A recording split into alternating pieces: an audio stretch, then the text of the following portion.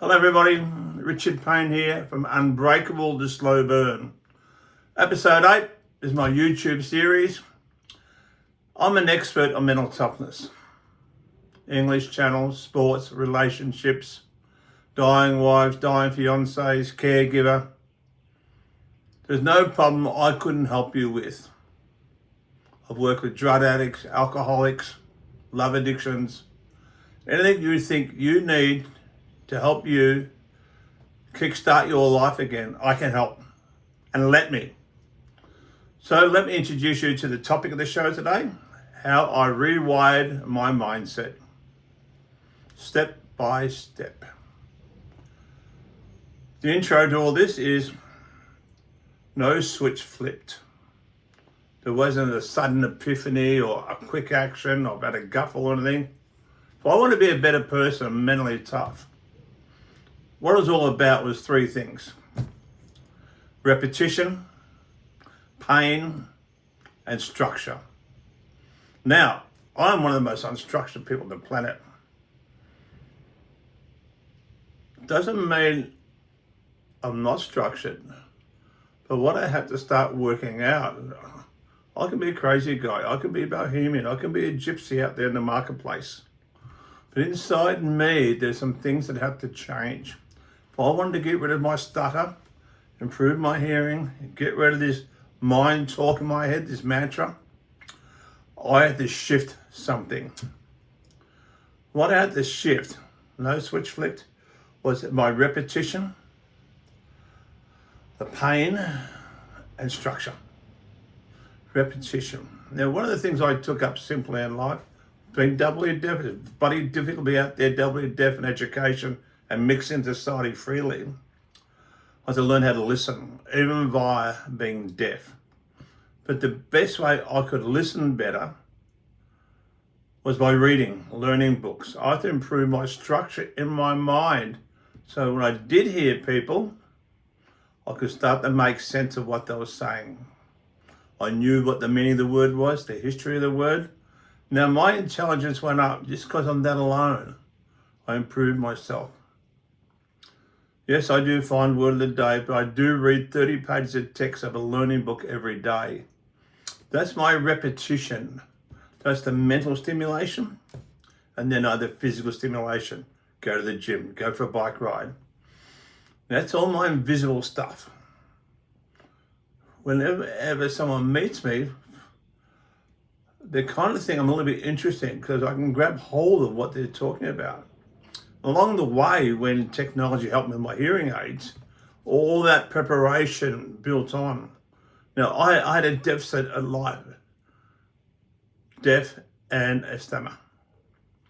A lot of you don't have that, but I did have a shocking mindset in mind for a long time. I had to change that. That mindset mantra was deaf, dumb idiot, that wouldn't be any good. I changed that one day to being disenchanted. Now, I like that word because I still get pissed off. I've said it over a couple of episodes before. So, repetition, pain, and structure. Now, all I do is read not learning books, just learning books. They help me. Scrolling doesn't help me. Define learning helps me. What I want to learn. And I buy a new book every week on a different topic to learn. And the summary of my word, which I discovered later in life, I'm an autodidactic, which I'm a self-learner, it's a Greek word. I'm proud of that. I coach people. I coach brilliant academics, scientists, stars, rock stars, sports stars, through my mindset. My mindset was not taught at school. You can't teach your stuff at school. You need help with it. You need an expert. I'm the expert. So think about this. How long are you going to suffer with your mental toughness, not providing you your potential and scope in life? I'm here to help. I'm here.